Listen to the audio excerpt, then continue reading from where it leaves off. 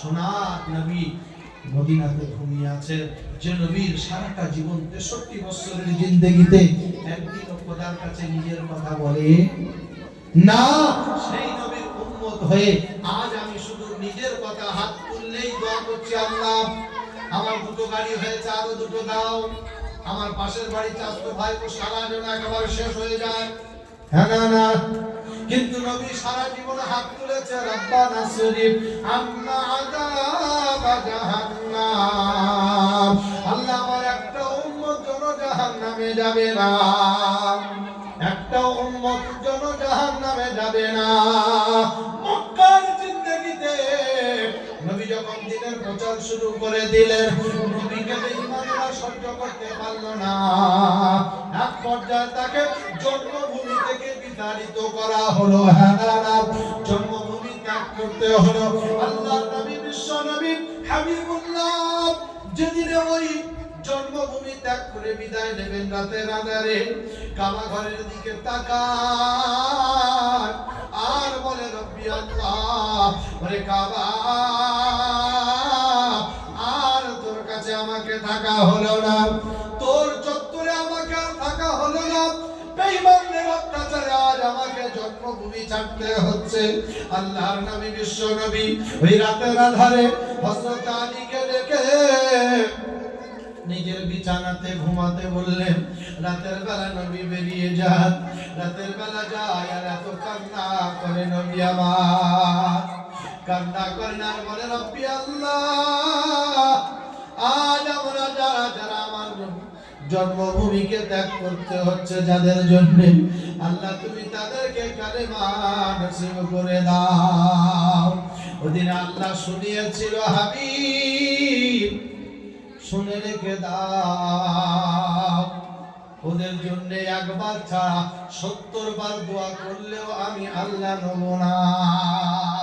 হ্যাঁ না, আল্লাহর নবীর দোয়া যদি আল্লাহর কাছে চলবে না, তো আমাদের মতো চটকা মনীষাকে দোয়া কি টাওয়ার পাবে বলে মনে হচ্ছে? না, নবীর দোয়ার চান্স নাই, আমাদের দোয়ার কোনো বন্ধ নাই।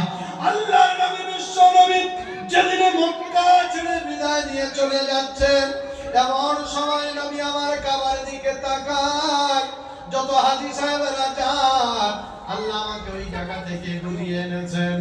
বাবাজি আমার যারাও জায়গায় গিয়েছেন, তাকে ছাড়া অন্য কাউকে বোঝানো যাবে না। ওটা এমন একটা জায়গা, কাবার চত্বরটা যত তওয়াফ করবেন, যত তওয়াফ করবেন, আপনার শেষ তওয়াফটা মনে হবে যেন আরো একবার তওয়াফ না করে যাই না।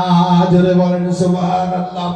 নবী আমার চারিদিকে বেঈমানেরা ভর্তি, দুশমনেরা ঘিরে আছে, নবী আমার কাবা চত্বর তওয়াফ করেন আর কান্নায় ভেঙে পড়ে যায়। আল্লাহর নবী বিশ্ব নবী হাবিবুল্লাহ করে মক্কা থেকে যখন বেরিয়ে যাবেন, আল্লাহ পাক শিখিয়ে দিলেন, হাবিব ওমা রামাইতা ইদ রামাইতা ওয়ালাকিন্নাল্লাহ রামা। হাবিব জবান হবে আপনার, হাত হবে আপনার, করবে আপনি, কাজ করব আমি আল্লাহ। জুড়ে বলেন সুবহানাল্লাহ।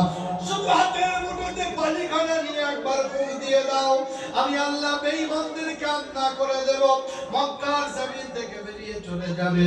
আল্লাহর নবী মক্কা থেকে বেরিয়ে গেলেন, টুকটুক করে আবু বকরের বাড়িতে গেলেন, আস্তে করে আওয়াজ দিলেন, আবু বকর।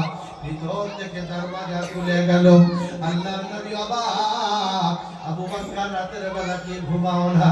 আবু বকর বলছেন, ইয়া রাসূলুল্লাহ, আজ থেকে 6 মাস আগে যেদিন আপনি বলেছিলেন, আবু বকর হিজরতের সাথী, হিজরতের বন্ধু আবু বকর, তুমি আমার সাথে হিজরত করবে। ইয়া রাসূলুল্লাহ, ওই 6 মাস আগে থেকে নিয়ে আজ পর্যন্ত আমি আবু বকর রাতের বেলা বিছানায় হেঁটে লাগাই না। জোরে বলেন সুবহানাল্লাহ। ইয়া রাসূলুল্লাহ, শুধু আমি ঘুমাই না তা না, ওই 6 মাস আগে থেকে নিয়ে আজ পর্যন্ত আমার ছোট কন্যা ফাতেমা প্রতিটা রাত রাতে নাস্তা তৈরি করে, প্রতিটা রাতে নাস্তা তৈরি করে। ইয়া রাসূলুল্লাহ, লক্ষ্য করে দেখুন আমার মেয়ে ফাতেমা নাস্তা রেডি করে বসে আছে। ইয়া রাসূলুল্লাহ, শুধু আমার বেটি ফাতেমা না, ওই দেখুন গাছের গোড়াতে উট বাঁধা আছে। ওই 6 মাস আগে থেকে নিয়ে আজ পর্যন্ত ওই উট গাছের গোড়ায় রাতের বেলা ঘুমায় না। জোরে বলেন সুবহানাল্লাহ। আল্লাহর নবী আবু বকরকে সঙ্গে নিলেন। মক্কা থেকে যখন বিদায় হয়ে চলে গেলেন, বেঈমান রাতের খবর হয়ে গেল, পিছে পিছে ধাওয়া করতে শুরু করলো। আল্লাহর নবী পাহাড়ের গুহাতে গিয়ে আশ্রয় নিলেন। লম্বা ঘটনা, ওদিকে যাব না, নোকতা আমি বলে পেরিয়ে যাচ্ছি। বাবাজি আমার আবু বকরকে নিয়ে যখন ইয়াসরিবে পৌঁছে গেলেন, ইয়াসরিব মানে মদিনায়, মদিনায় যখন পৌঁছে গেলেন, আল্লাহর নবী ওখানে যাওয়ার পরে মদিনার ইয়াসরিবের মানুষেরা, বাচ্চারা, বয়স্করা, জওয়ানেরা, যুবকেরা সেদিনে বলেছিল তলা আল বাদরু আলাইনা, স্বাগতম জানিয়ে নবীকে বলেছিল, নবী আপনাকে স্বাগতম স্বাগতম সম্মান জানিয়েছিল। মক্কার জমিনে নবীকে মানতে চায়, আর মদিনার জমিনে নবীকে তারা সম্মান দিতে চায়। জোরে বলেন সুবহানাল্লাহ। নবী মদিনায় যাওয়ার পরে সবাই তারা আগিয়ে নিতে এলো, সম্মান জানাতে আগিয়ে এলো। আল্লাহর নবী, বিশ্ব নবী, এতিম নবীর করুণা দেখুন, বাচ্চাদের মাথায় হাত বুলিয়ে দেয় আর বলতে শুরু করেছেন, ওরে মদিনার বাচ্চারা, ইয়াসরিবের বাচ্চারা, তোমরা কি এই এতিম মুহাম্মদকে একটু ভালোবাসা দেবে? ওদিকে মদিনার বাচ্চারা বলেছিল, ইয়া রাসূলুল্লাহ, ইয়া রাসূলুল্লাহ, ইয়া হাবিবাল্লাহ, শুধু ভালোবাসা না, আপনি যদি চান আমাদের এই ফুলের মতো জীবনটাও আপনার জন্য আমরা কুরবানি দিতে রাজি আছি। জোরে বলেন সুবহানাল্লাহ। আল্লাহর নবী, বিশ্ব নবী, মদিনার জিন্দেগি শুরু হলো, মদিনার জিন্দেগি শুরু হয়ে গেল। আল্লাহর নবী মদিনাতে বসবাস শুরু করে দিলেন। একদিনকার ঘটনা, আমার আপনার নবী কি দরদি নবী, উম্মতের কি দরদি নবী গো। ওই নবীর ঘটনা একবার শুনে যান বাবাজি, উম্মতকে কত ভালোবাসে আজও নবী, উম্মতকে ভরে না। আর সেই নবীর উম্মত হয়ে সুন্নাত মানতেও ইচ্ছা জাগে না। বাবাজি আমার ভাইরা, একদিনকার ঘটনা, আল্লাহর নবীকে মদিনার গলিতে গলিতে কোন জায়গায় খুঁজে পাওয়া যায় না। চারিদিকে খোঁজা শুরু হয়ে গেল, নবীর খোঁজ আর মেলে না।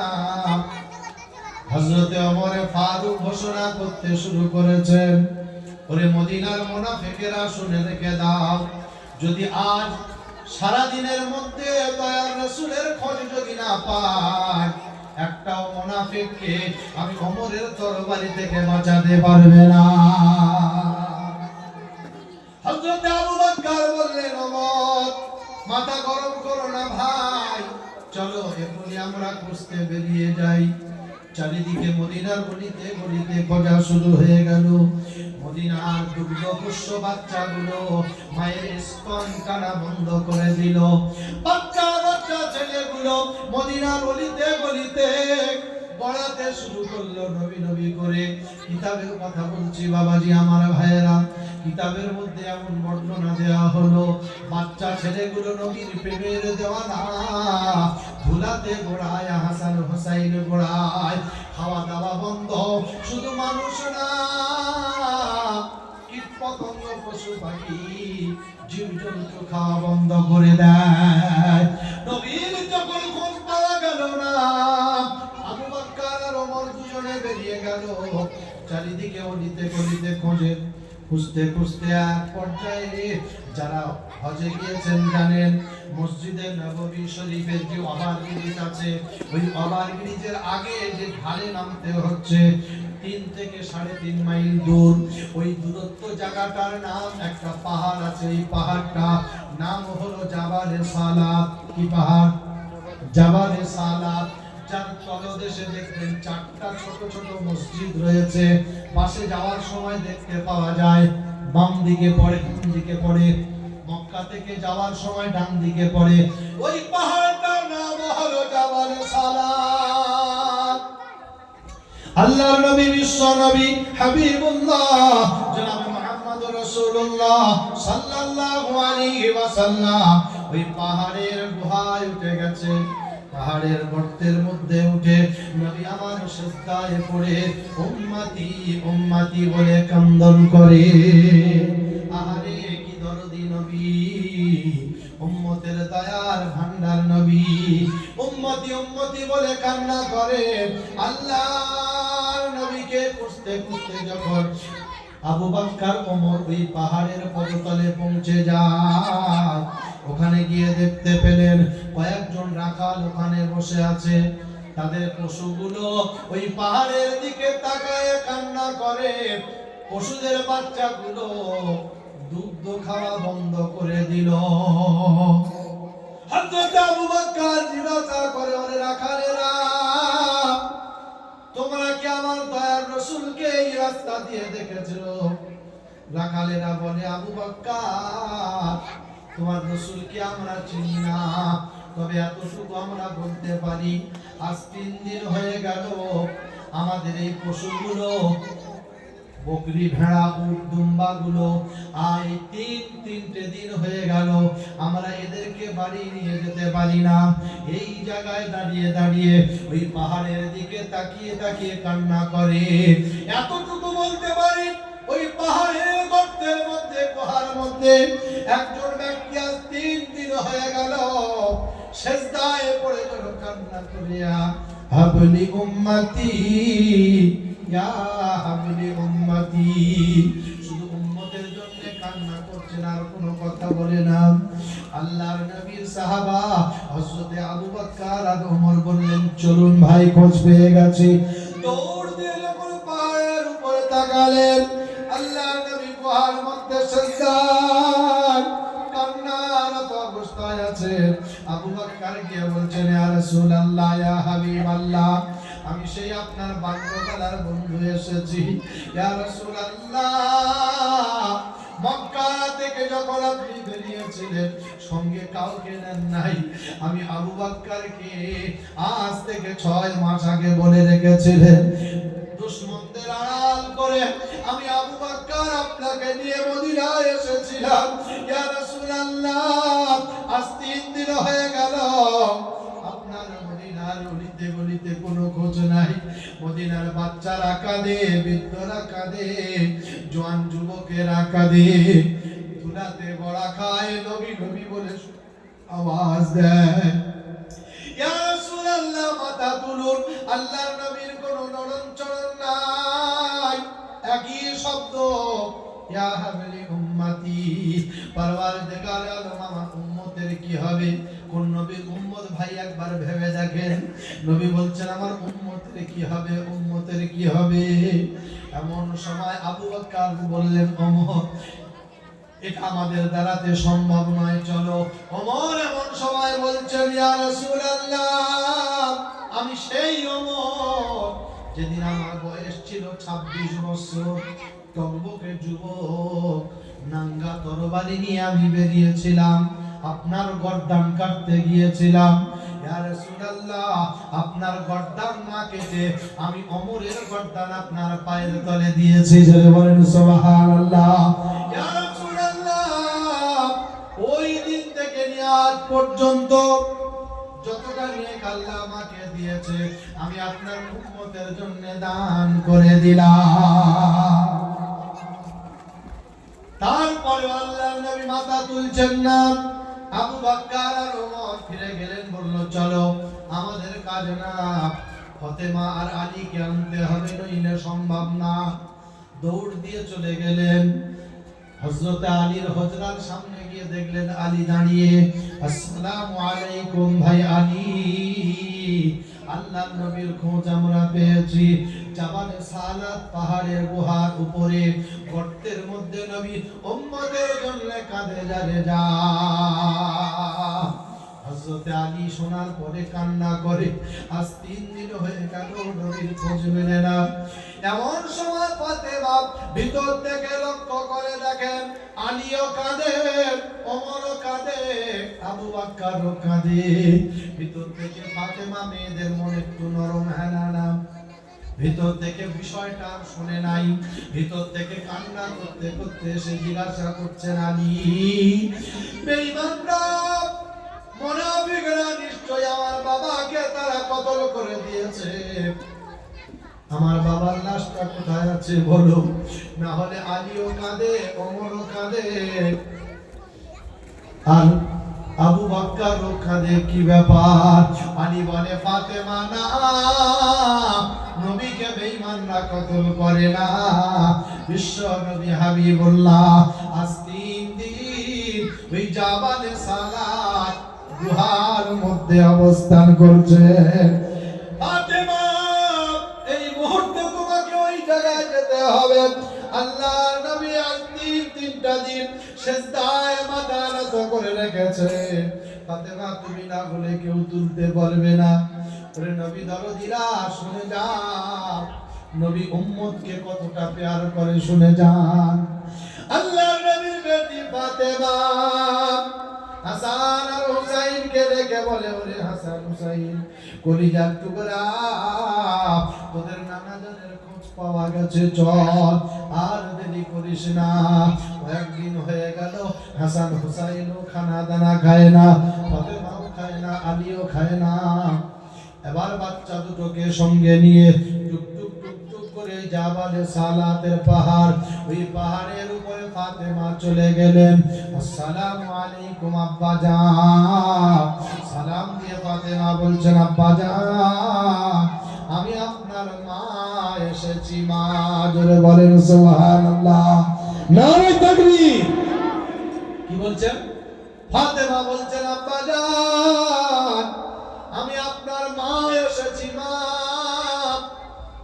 পৃথিবী যখন কোন সফরে আপনি যেতেন সবার শেষে আমার সাথে মোলাকাত করে যেতেন, আর সফর থেকে ফেরার পথে সবার প্রথম আমার সাথে এসে মোলাকাত করতে।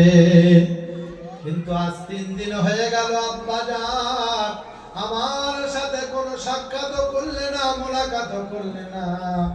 কারণটা কি আমি জানতে চাই। আল্লাহর নবীর কোন রকমের হেলদোল নাই। আল্লাহর নবী উম্মতি উম্মতি বলে কান্না করেন।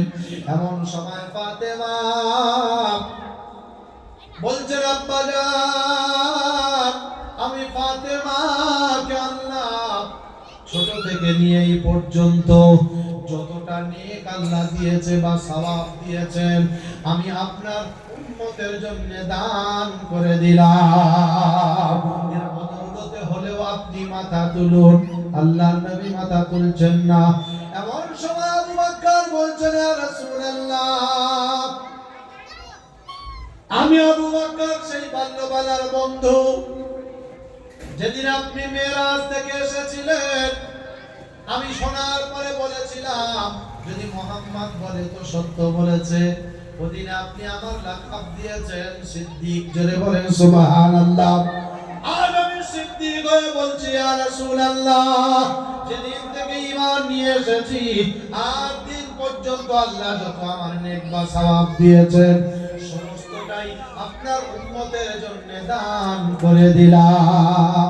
কোন আবু বকর গো, যে আবু বকরের ব্যাপারে আল্লাহ স্বয়ং নিজে বলেছেন, আল্লাহর নবী স্বয়ং নিজে বলেছেন আমার আবু বকরের একটা রাতের আমল, একটা রাতের নেকি আসমানের তারা যতগুলো, আবু বকরের একটা রাতের নেকি অতগুলো। জোরে বলেন সুবহানাল্লাহ।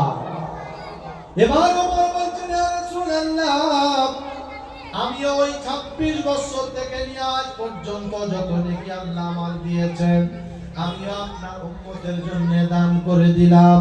এর বদৌলতে হলে আপনি মাথা তুলুন। কোন ওমর? যে ওমর ব্যাপারে আল্লাহর নবী বলেছেন, আল্লাহর নবী বলেছেন ওমরের একটা দিনের আমল এমন ছিল আসমানের তারা যতটুকু এর অর্ধেক করলে যতটা হয় ওমরের একটা দিনের আমল এতটুকু। জোরে বলেন সুবহানাল্লাহ। ওমরও বলল আমি আপনার উম্মতের তুলে দিলাম। এবার হযরত আলী বলছেন, ইয়া রাসূলুল্লাহ, আপনি তো বলেছেন জ্ঞানের ভান্ডার যদি আমি হই, তার দরওয়াজা হলো আলী। আমি আলী বলছি, ইয়া রাসূলুল্লাহ, হাসান ও হুসাইনের আব্বাজান, বিশ্বনবীর জামাতা, ফাতেমার স্বামী। ইয়া রাসূলুল্লাহ, আমি যেদিন থেকে ইসলাম গ্রহণ করেছি ওই দিন থেকে নিয়ে আজ পর্যন্ত যত নেক আল্লাহ আমাকে দিয়েছেন আমি সমস্তটাই আপনার উম্মতের জন্য দান করে দিলাম। আল্লাহ নবী, বিশ্ব নবী হাবিবুল্লাহ কোন রকম ভাবে তারপরেও মাথা তুলছেন না। এমন সময় ফাতেমা বলতে শুরু করেছেন, ইয়া রাসূলুল্লাহ, আব্বা জান, এর বদৌলতেও যদি আপনি না মাথা তোলেন, দুই নয়নের মণি হাসান ও হুসাইন, আপনার কলিজার টুকরা নয়নের মণি আমার হাসান হুসাইনকে আমি আপনার উম্মতের জন্য কুরবানি দিলাম। জোরে বলেন আল্লাহু আকবার। এমন